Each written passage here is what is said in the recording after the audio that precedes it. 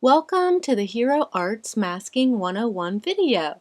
I'm going to be showing you how to create this cute hello card and also some tips for using clear stamps. First, I'll show you a great tip for working with clear letters. Take the letters that you want to use to spell your word and line them up right on your work surface just how you want them to appear when they're stamped. So here I'm lining up the H and the E and then the L. And since the word hello has two L's in it, I'm going to save the O and stamp the second L later. So just take your block and go ahead and place it directly on the letters, and you'll see the letters cling right to the block. So now it's all ready to ink up. And here's another little tip. When you ink a stamp, if you take the ink pad to the stamp instead of the other way around, then when you stamp it, you don't get shadows. And there you have it. The H, the E, and the L are all perfectly lined up. Go ahead and do the same thing with the L and the 0. Now we're going to do some simple masking. So for this, you're going to need Post-it notes. These are just the little Post-it notes that you can get in an office supply store. And what I'm going to do is I'm going to place the Post-it note where I don't want the ink to show up.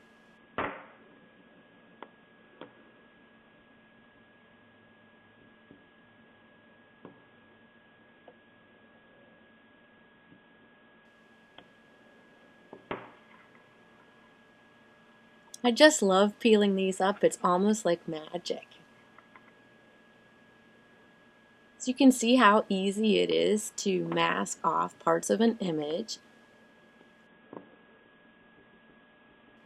These small Post-it notes work great for projects like this, but if you needed something larger, you can make your own Post-it note by using copy paper and a removable glue stick.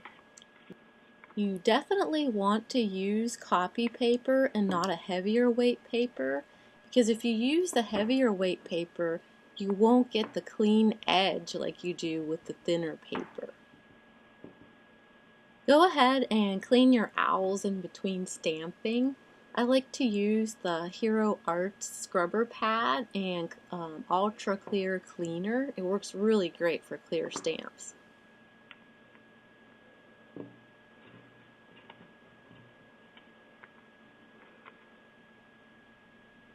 And here's our final simple mask on the L.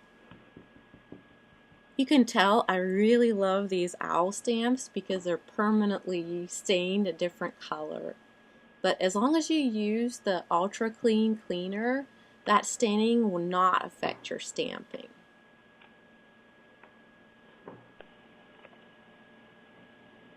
Now we're going to create a reverse mask.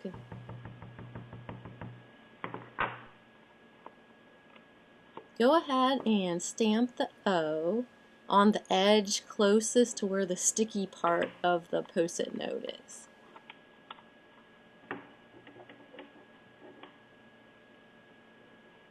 Then take your scissors and cut right into the O. And while you're cutting, you want to turn your paper and not the scissors. You can see that I'm holding the scissors almost in the same place, but turning the paper in. So then go ahead and put the reverse mask that you just created in place.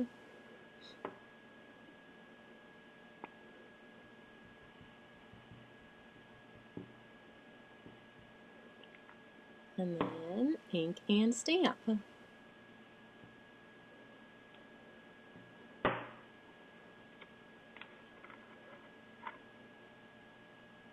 Ta-da! Now we're going to add details with the Perma-Writer pen.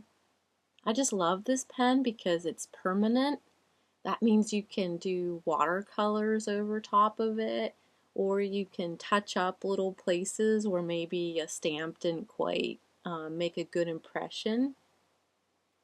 But this just adds a little fun touch to the owls.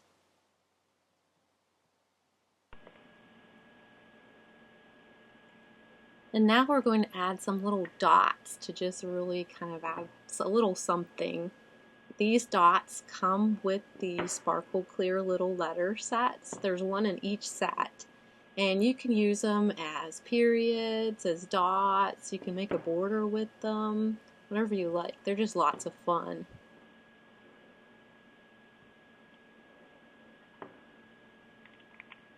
And here's one little tip. These are so small that they can kind of be hard to clean. So be careful they don't go flying across the room when you clean them with your scrubby pad. Here, since the yellow and the green inks are so close together, I didn't even bother to clean in between. Now I'll show you a quick way to stamp a background and then we'll assemble the card. To stamp a background in a hurry, just put multiple stamps on your clear block and then randomly stamp them all over your card. I didn't stamp all the way to the edge here because we're going to put some brown scalloped paper from Basil along the edge. Just gives it a nice look. Then we'll add our trimmed stamped piece.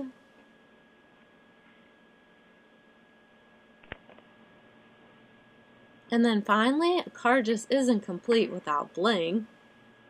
Use a craft knife to cut in between the adhesive strip that the gemstones are attached to, and then slide it under a gemstone and pick it up and place it right on your project. Continue doing this the whole way down so that each scallop has a gemstone in the center. Then go ahead and tie on some twine and the card is all finished. Hope you enjoyed the video and picked up lots of new tips. Thanks for watching!